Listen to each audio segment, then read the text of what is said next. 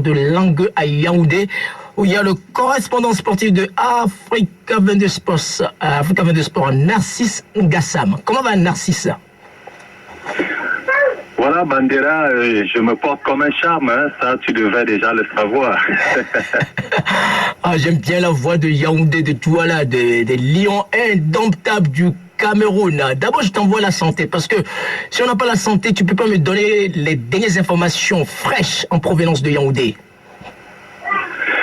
Oui, tout à fait, il faut avoir la santé. C'est la santé qui est à la base de tout, hein, pour que nous lancions dans toutes ces activités-là. Et je profite de cette occasion pour adresser mes vœux de bonheur, de santé, de prospérité en cette année spéciale de 2020 qui ressemble à du 20 sur 20 quand on est à l'école. Eh bien, à tous les auditeurs d'Africa 22 Sports, et à toute l'équipe qui t'accompagne de toujours, Yao Bandera, je pense à Oncle Marcus, l'indétrônable Oncle Marcus, et bien sûr voilà, je parle de Gaël Le Manchek, ce fan du foot anglais. Eh bien, je vais quand même pas t'oublier, Yao Bandera, à qui je souhaite beaucoup de santé, longévité, parce que quand on a un grand cœur comme toi, Yao Bandera, je vais un peu te surprendre, je vais te prendre à contre-pied. Il faudrait que tu restes en vie le plus longtemps possible et en bonne santé, afin que tous ceux qui bénéficient de ton grand cœur continuent de le faire, puisque tu fais beaucoup dans le social. Je vais sans plus tarder lancer rapidement, je suis sûr que tu es surpris, tu n'avais pas prévu celle-là. Le 5 avril, tu vas courir le marathon de Paris. Ce sera à la mémoire de James Kounake, ce confrère qui est décédé du côté de Lomé au Togo. Et puis le 27 septembre, tu seras au grand marathon de Berlin.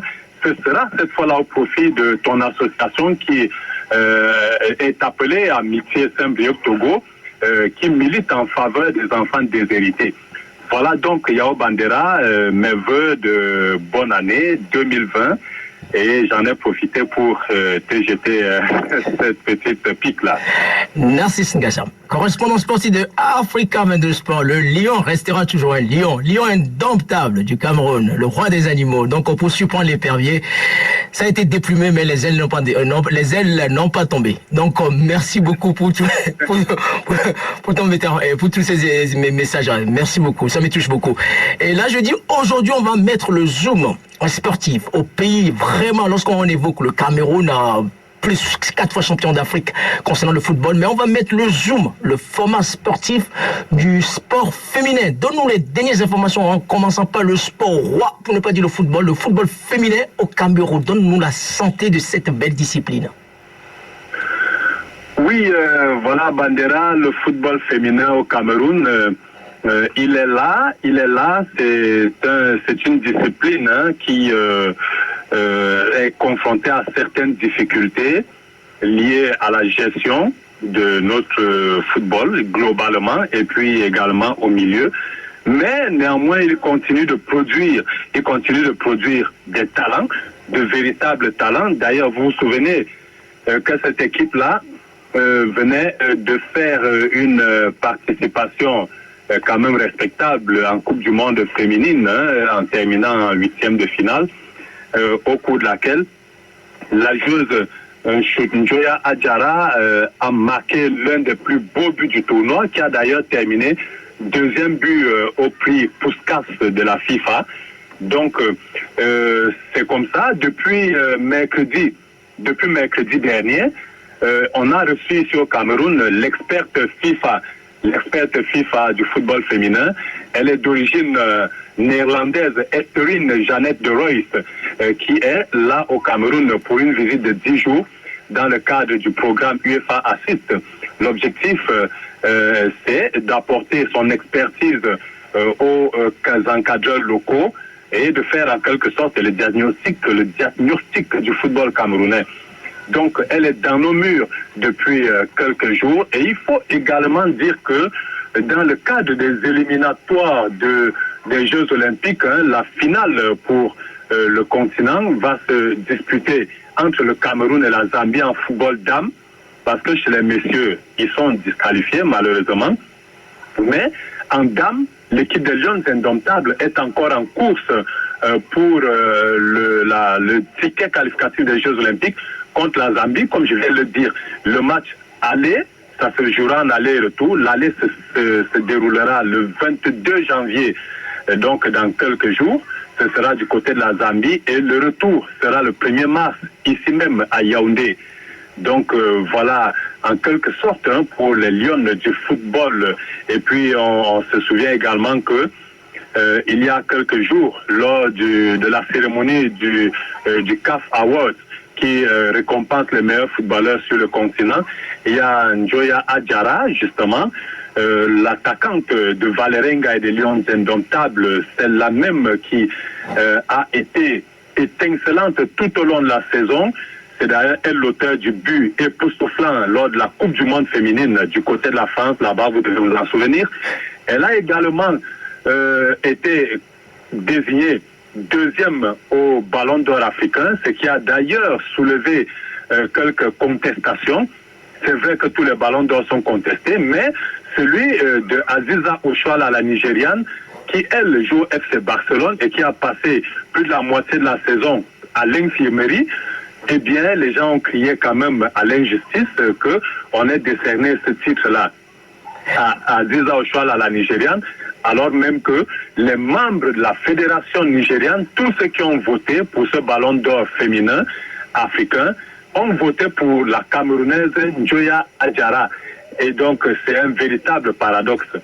Merci. En quelque sorte, il y a Bandera, la santé du football africain. Merci beaucoup, Narcisse Ngassama. Un dernier mot concernant le volleyball sur le plan africain, concernant le volleyball féminin au pays des Lions Indomptables. Un dernier mot sur cette belle discipline. Oui, voilà, Bandera, avant de parler du volleyball, très rapidement, il faut dire que du 23 novembre au 1er décembre, le Congo, la République du Congo, abritera la Coupe d'Afrique féminine de football. Ça, je ne pouvais pas ne pas le dire, ce sera la 14e édition et ce sera la toute première qui sera au format rénové de Ahmad Ahmad, le président de la Confédération africaine de football. On va passer de 8 sélections à 12 sélections. Ah oui. Donc voilà également une information qu'il fallait quand même ne pas laisser passer. Bon, maintenant on parle de volleyball. Pour dire qu'avec un petit pincement au cœur Yao Bandera, il faut reconnaître que les Lions Indomptables du volleyball, après leur sacre en Égypte, c'était le 14 juillet dernier, le jour de la célébration de la fête nationale de la République française. Hein.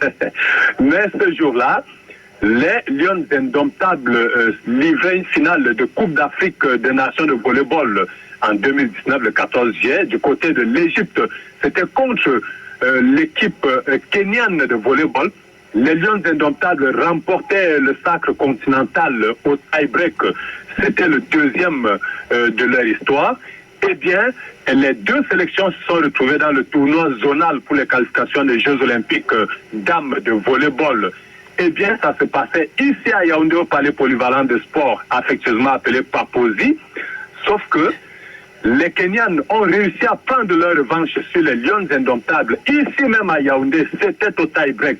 Un match âprement disputé, mais également, il faut reconnaître que les Lions Indomptables avaient plusieurs de leurs ténors qui n'étaient pas là. Il y a par exemple Moma, qui a d'ailleurs été élu MVP du championnat de première division de volleyball du côté de la France là-bas. Elle n'était pas présente. Il y a comme ça deux autres ténors qui n'y étaient pas.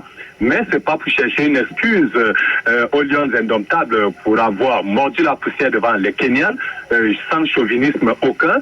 Les Kenyans ont mérité leur victoire. Eh bien, c'était le match à ne pas perdre parce que c'était un tournoi zonal, c'était une sorte de championnat. Eh bien, la première équipe seule devait avoir le ticket qualificatif pour Tokyo 2020. Eh bien, c'est le Kenya qui l'a obtenu. Les Lions Indomptables n'avaient plus que leurs yeux, leurs larmes pour se consoler. Merci. C'était donc ça en matière de volleyball féminin. Merci beaucoup, Narcisse Ngassama. Correspondant sportif de Africa 22 Sport au pays de Samuel Eto'o.